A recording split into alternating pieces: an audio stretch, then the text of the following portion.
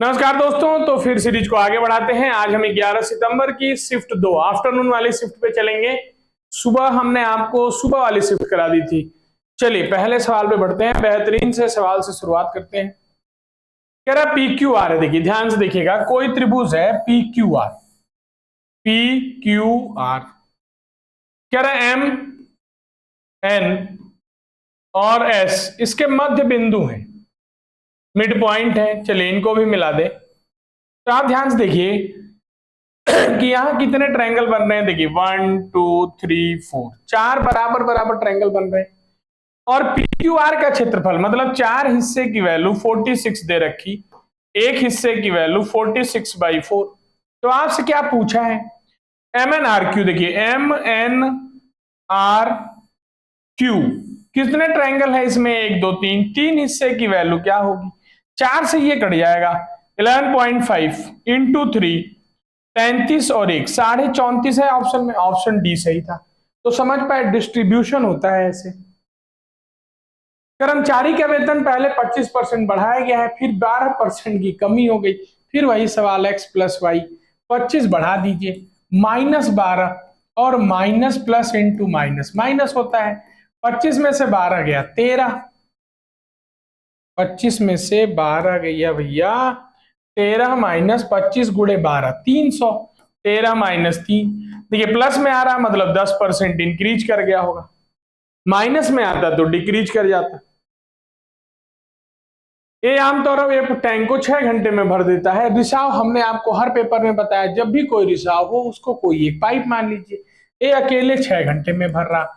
मान लीजिए कोई रिसाव है, हम रिसाव को माइनस क्यों लिखते हैं, वो आउटलेट पाइप है। दोनों मिल गए तो 2 घंटे ज्यादा लग रहा। हमने आपको क्या बताया, यहाँ एक लोग है यहाँ 2 लोग हैं, चाहे टाइम एंड वर्क हो चाहे पाइप सिस्टम। हमने संख्याओं में अंतर नहीं बताया आपको, हमने बताया जब भी डिफरेंस एक का हो तो ऊपर गुणा करते हैं और नीचे घटा देते हैं। तो जो दूसरा होगा उसकी वैल्यू आ जाएगी 24 घंटे आ गई। आपसे भी यही पूछा है, रिसाव रिसाव मतलब बी कितनी देर में खाली करेगा। यहां देखिए ये कोई सवाल है। कॉसेक 56 को क्या लिख सकते हैं आप, सेक 34। कॉस है नीचे गया 1/सेक 34, ये तो 1 हो, ये 1 हो जाएंगे, ये भी 1, 1 माइनस 1। आंसर क्या आ जाएगा भाई 0। हर में ऐसा सवाल आ रहा कॉम्प्लीमेंट्री।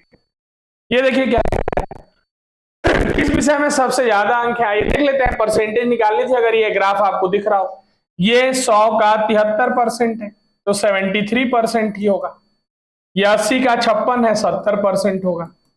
ये 75 का 45 है 60% होगा। 75 का 60% 45 होता है। ये 125 90 है, कितना हो जाएगा 12 सते 14। देखिए 90/125 गुणे 100, 25 से 4 25 से 5, ये 72% हो गया। ये 60 का 45 75% हो गया। तो सबसे ज्यादा किसमें मिला है, आईटी में। सबसे ज्यादा किसमें मिला होगा, आईटी में। कैलकुलेशन ठीक होनी चाहिए। 8400 रुपए को 11,928 होने में कितने वर्ष लगेंगे, रेट दी हो दे रखी होगी। How many years will it take for ₹8400 to eight per annum दे रखा है इसमें। 8400 रुपए को देख लेते हैं। 8400 रुपए कितने बन गए हैं, कितना पड़ गया भाई, 9,000 होने में 600, और इधर 2,928 और इधर 600, मतलब 3528 रुपए बढ़े हैं। 28 क्लियर है। कितने परसेंट पे कह रहा, मेरे हिसाब से टाइपिंग मिस्टेक है, ये 8% होना चाहिए था, 8% की दर से। तो एक बार 8400 का 8% भी निकाल लेते, कितना हो जाता, 8 चौके 32, 8 अट्टे 64, 3 67। अगर 8% दिया होगा तो 672 से भाग दीजिएगा। 8% नहीं, अगर 6% दिया होगा तो 6% निकाल के डिवाइड करेंगे, ठीक है, ध्यान रखिएगा। एक वर्ग का क्षेत्रफल ज्ञात करिए। बीकर्ड 4.8 है। हमने आपको बताया कोई भी क्वाड्रिलेटरल हो उसका एरिया होता 1/2 d1 d2। वर्ग के बीकर्ड बराबर है तो d²/2, 4.8 इंटू 4.8। आपने केवल ये स्क्वायर पढ़ा होगा, ऐसा ना करिए। 48 का स्क्वायर होता है 2304, 2304 में 2 0.52 11.52। कौन सी संख्या 2 और 5, जो 2 और 5 दोनों से डिविजिबल होगी वो 10 से 100% डिविजिबल होगी। और 10 से डिविजिबिलिटी का रूल क्या है, यूनिट प्लेस पे 0 होना चाहिए। यूनिट प्लेस पे 0 यहाँ है, पहला ऑप्शन सही था। क्या खिलवाड़ बना दिया एसएससी ने। ये देखिए माध्य समानुपातिक रेशियो प्रोपोर्शन जाके हमारे चैनल पे पढ़िए, इतना बढ़िया पढ़ाया है इसी चैनल पे। एग्जाम सिलेक्शन 7/1/5 36/5 245 का माध्य है, काट दें 5 से काट दो 49। देखिए 36 का 6 निकल गया और 7 तो 42 हो गया। कह रहा है इसको सम अभाज्य संख्या, एक ही संख्या सम होती है जो अभाज्य भी है, वो कौन सी है, 2 है। तो 2 तिया 6 7 तिया 21, ये ध्यान रहे। यहां देखिए सिंप्लीफिकेशन पहले आप हल करते हैं। 26 4 30, 3 से 30 कट गया 10, 10 गुणे 4 40, माइनस 11 तिया 33 2 35/3, 40 तिया 120 में से 35 घटा दें तो 85/3, ये 1020 से भाग था तो गुणा कर लीजिए, क्या दिक्कत है। 1020 गुणे 3/85, 17 से 5 17 छक्का 102, 5 से 12 12 तिया 36। हमेशा ऑफ को पहले करते हैं, ये ध्यान रखना आपको। दो समरूप त्रिभुज हैं, देखिए समरूप त्रिभुज जब भी होते हैं तो इनके जो क्षेत्रफल का अनुपात होता है ये करेस्पॉन्डिंग साइड्स के स्क्वायर के बराबर होता है, स्क्वायर के रेशियो के बराबर होता है। ध्यान रखिएगा, केवल क्षेत्रफल, बाकी पेरीमीटर हो गया, भुजाओं का अनुपात हो गया, लंबों का अनुपात हो गया, अंतःवृत्त वो बाइसेक्टर का अनुपात हो गया, सब लीनियर होते हैं, केवल क्षेत्रफल स्क्वायर। तो भुजा निकालने के लिए इनका अंडर रूट ले लें तो आंसर हो गया भाई 5 12। बताइए, बेहतरीन सा सवाल था। 50 और 76 के बीच, जैसे आपको पता है प्राइम नंबर्स के बारे में, 100 तक 25 होती हैं, 50 तक 15, फिर 10। तो अब यहाँ आपको लिख लेना चाहिए था 50 से बड़ी। 51 प्राइम है, नहीं है। 52 नहीं है। 53 प्राइम है, हाँ भाई है। 54 55 56 नहीं। 57 नहीं, 58 नहीं। 59 प्राइम है, 59 प्राइम है। 59 के बाद 61 प्राइम है, बिल्कुल प्राइम है। 62 63 प्राइम नहीं है। 64 65 67 प्राइम नहीं है, 67 प्राइम है। 68 69 70 प्राइम नहीं है, 71 प्राइम है और 73 प्राइम है। केवल देखिए 3 3 6 संख्याएं हैं। अब इसमें से औसत निकालना था। औसत निकालने के लिए हमने आपको जेएसएम बताया। कोई एक ऑप्शन मान लेते हैं, मान लीजिए मेरा आंसर 65 आता, मान लेते हैं ऐसा। 53 है, कितना कम है, -12। 59 कितना कम है, -6। 61 कितना कम है, -4। 67 कितना ज्यादा है, +2। 71 कितना ज्यादा, +6। 73 कितना ज्यादा, +8। अब जोड़ के घटा देते हैं, -6 +6। और देखिए क्या काट सकते हैं, -12 -4 -16, 8 2 10, -6 आ गया।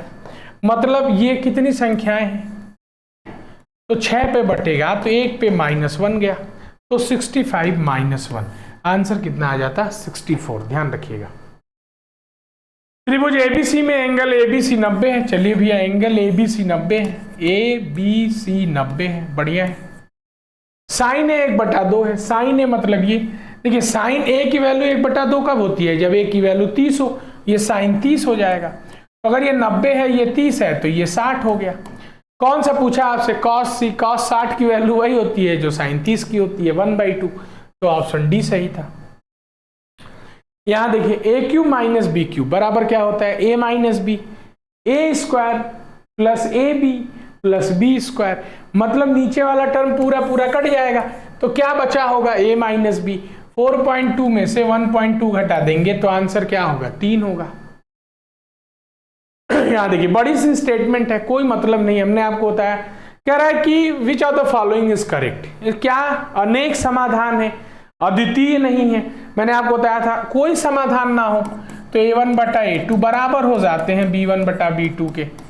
देखिए यहां ध्यान से अगर आप देख पा रहे हो, मुझे a1 और a2, a1/a2 मतलब a1 a2 b1 b2 बराबर दिख रहे हैं। कैसे, ये देखिए 0.4 है, ये 0.16, 1:4, 1:4, 0.3, 0.1 to 1:4, तो ये तो बराबर हो गए मेरे भाई। तो A1 बटा A2 बराबर B1 बटा A2, मतलब इसका कोई हल नहीं होगा। ऑप्शन सी, प्रणाली का कोई हल नहीं है। संख्याएं पैरेलल हो जाएंगी, they will not cut each other at any point.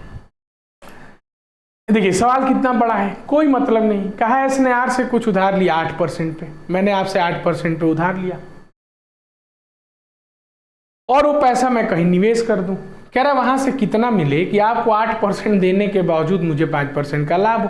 अरे भैया तो 8 आपको देना है, 5 लाभ कमाना है, तो यहां से कितना लेना होगा, 13%। बस अब सवाल हल करने की क्या जरूरत है। ऑप्शन 8, 5, 13, बताइए क्या मजाक है एसएससी का। ये थोड़ा सा सवाल ठीक ठाक था, क्यों वैल्यू रख लेते अगर वैल्यू याद हो आपको। देखिए रख के दिखाता हूं, 4/3 tan 60 की वैल्यू √3 होती है, √3 का स्क्वायर 3 प्लस 3। cos 30 की वैल्यू क्या होती है, तो √3/2 स्क्वायर करेंगे तो 3/4 माइनस 2। sec 30 cos 30 की वैल्यू क्या होती है, √3/2 तो 2/√3 4/3 माइनस 3/4। cot 60 की वैल्यू क्या होती है, 1/√3 स्क्वायर हो गया 1/3। क्या क्या कट रहा है देखिए, 3 से 3 कट गया, यहाँ क्या बचा 4 प्लस 9/4 माइनस 8/3 माइनस 1/4। 9/4 1/4 घटा दीजिए, 8/4 8/4 का मतलब 2, 4 2 6, 6 माइनस 8/3, 3 6 के 24 माइनस 8, 24 माइनस 8 कितना होता है 16/3। ऑप्शन नहीं दिख रहा, देखिए कहीं गलत है। tan 60 की वैल्यू √3 का स्क्वायर 3 सही है, यहाँ 4 आ जाएगा, ये 3 है। cos 30 है, cos 30 की वैल्यू √3/2 तो स्क्वायर करेंगे तो 3/4 हो जाएगा, क्लियर है। यहाँ देखिए sec 30 की वैल्यू 2√3 तो 4/3 हो जाएगा, 4/3 ये भी सही है। माइनस 3/4 cot 60 की वैल्यू होती है 1/√3, 1/√3 का स्क्वायर 1/3, 3 से 3 घटा, यहाँ तो सही है 1/4। यहाँ देख लेते हैं 8/3, यहाँ देखिए 3 3 9/4 और ये 4 है, सही है। हमने क्या गलत कर दिया, यहाँ से देखिए कि 9/4 माइनस 1/4 तो ये 9 माइनस 1 8/4, 8/4 का मतलब 2, 4 2 6, 6 में से 8/3 घटा रहे हैं तो कितना आ जाएगा 3 6 का 18, 18 माइनस 8 कितना होता है 10/3 होगा, तो 10/3, 10/3 की वैल्यू 1/3 होगी। ऑप्शन में तो ऐसा कहीं नहीं है, लेकिन अब ध्यान रहे ये भी तो है, ये तो ऊपर वाले हिस्से की वैल्यू है। यहाँ देखिए ये भी तो है मेरे भाई, sin 60 cos 30 minus cos 60 sin 30, ये देखिए sin A cos B minus cos A sin B, इसकी वैल्यू हो जाएगी sin A प्लस B, मतलब 60 30 90, मतलब 1 1 2, तो 2 से आंसर हो गया मेरे भाई 6/2/3, 20/3 हो जाएगा, 10/3 ना हो करके बटा 1/2 होगा, 2 ऊपर चला जाएगा तो 20/3 की वैल्यू 6/2/3 होगी, ध्यान रखिएगा 6/2/3। हाँ ऑप्शन ए सही था। चलिए आगे बढ़ते हैं, कह रहे एबीसी में AB AC के बराबर है। चलिए कोई बात नहीं, ABC में AB AC के बराबर है, मतलब ये वाला एंगल बराबर होगा। ये 80 डिग्री है तो ये इन दोनों को जोड़ के 100 बनना चाहिए था, तो ये 50 और 50 हो गए, आंसर हो गया 50। एक बल्ले का क्रय मूल्य अंकित मूल्य का 75% है, मतलब 100 रुपए अगर CP है तो मार्क प्राइस 75 है। कहा 15% की छूट दे रहा हूं, बढ़िया कर रहे हो, 75 का 15% छूट दे दो तो 75 रुपए की चीज 15% डिस्काउंट देंगे तो 75 का 10% 7.5, 5% 3.75, तो छूट कितने की हो गई 11.25। घटा दीजिए 75 में से 11.25, या ऐसे सोचिए 25 यहाँ कम है और 11.25 यहाँ कम है, 36.75 में से 11 घटा दें 64.25, तो 36.25 हो जाएगा ना, 75 में से घटाएंगे 63.25, 75 में से 11 घटाइए 64, 64 में से 0.25 घटाइए 63.75 में बेचेंगे। 100 रुपए की चीज 15% की छूट देने के बावजूद the cost price of a bat is 75% है, उल्टा है, ध्यान रहे। सीपी 75% है मेरे भाई, सीपी 75 है, मतलब मार्क प्राइस 100 है, सीपी 75 है, 15% की छूट है, बेचूंगा 85 में, 75 रुपए की चीज 85 में गई, 10 का फायदा 75 पे, 25 से काट दीजिए 4, 25 से 3, 40/3, 40/3 को क्या कहते हैं, 13 सही 1/3, 13.33। एबीसी PQR सर्वांग सम है, सर्वांग सम मतलब सारे अंग समान है, PABC और PQR सारे अंग समान है। क्या कह रहा है, कौन सी भुजा PQ के संगत है, PQ ये है तो ये भी संगत होगी, बात खत्म, सर्वांग सम है। एक चोर एक पुलिसकर्मी को देखिए 200 मीटर की दूरी से देख लेता है, 200 मीटर की दूरी से, चोर यहां होगा, पुलिस पीछे होगी, दोनों की चाल दे रखा आपको, कह रहा चोर 10 पुलिस 11, पुलिस की चाल हमेशा ज्यादा होगी तभी पकड़ पाएगा। चोर पुलिसकर्मी 10 और 11 की चाल से भागते हैं, 9 मिनट के बाद उनके बीच की दूरी बताएं। देखिए अगर मैं फार्मूले का इस्तेमाल करूं सीधे सीधे D बराबर होता है, देखिए S1 × S2 11 × 10 बटा S1 - S2 1 गुणे डेल्टा T, 9 मिनट को घंटे में बदल दूं, 9/60, 10 से 6, 3 से 2, 3 से 3, ये दूरी होगी कि पुलिस चोर को कितनी दूरी पर पकड़ लेगा। अब आपसे ये नहीं पूछ रहा, कह रहा 9 मिनट के बाद उनके बीच का अंतर बताएं, जरूरत नहीं इसको करने की। आइए अब आप सोचिए, ध्यान से समझिए कि चोर यहां है, चोर यहां है, पुलिस यहां है, पुलिस यहां है, चोर की चाल कितनी है, देखिए 10 और 11 किलोमीटर है, ये 10 ये 11, मतलब इनके बीच में स्पीड का अंतर कितना है, 1 किलोमीटर प्रति घंटे का। 1 किलोमीटर प्रति घंटे का मतलब 60 मिनट अगर ये दौड़ेंगे तो 1 घंटे में, तो इनके बीच की दूरी 1 किलोमीटर या 1000 मीटर होगी। कहने का मतलब समझ रहे हैं, ये 10 की चाल से दौड़ेगा, 11 1 किलोमीटर नजदीक आ गया। अगर मैं 0 0 काट दूं, अगर मैं आपसे कहूं कितने मिनट ने पूछा, 9 मिनट में, सोचिए 6 मिनट है, 6 मिनट तो 100 मीटर की दूरी है, 100 मीटर की, 1 मिनट होता तो 100/6 की दूरी होती, तो पूछा 9 मिनट में, तो 9 मिनट में 3 से 2 और 3 से 3, 2 से 50, 50 × 3, 150 मीटर की इनके बीच में दूरी आ गई। लेकिन ये 200 मीटर की दूरी पे थे तो पुलिस नजदीक आ गया ना 150 मीटर 9 मिनट में, तो इनके बीच की दूरी क्या रही होगी, 200 - 150। कॉन्सेप्चुअल क्वेश्चन था, आंसर 50। यहां देखिए कुछ नहीं करना आपको, कह रहे A² + B² + AB, ये कब होता है, AQ - BQ बराबर A - B, A² + B² + AB, मतलब AQ - BQ बराबर A - B होता है। A - B 1.55 में से 0.55 घटाएंगे तो 1 होगा, यहाँ 1 लिखा हो चाहे ना लिखा हो। किसका फार्मूला है, AQ - BQ, कहीं दिख रहा आपको, AQ - BQ, ये दिख रहा AQ - BQ, ध्यान रखिएगा प्लस नहीं, क्योंकि प्लस में इसमें माइनस हो जाएगा, बाकी ये तो DI। तो बेहतरीन से कॉन्सेप्ट और बेहतरीन से सवालों के लिए हमसे जुड़े रहिए एग्जाम सिलेक्शन 360 डिग्री।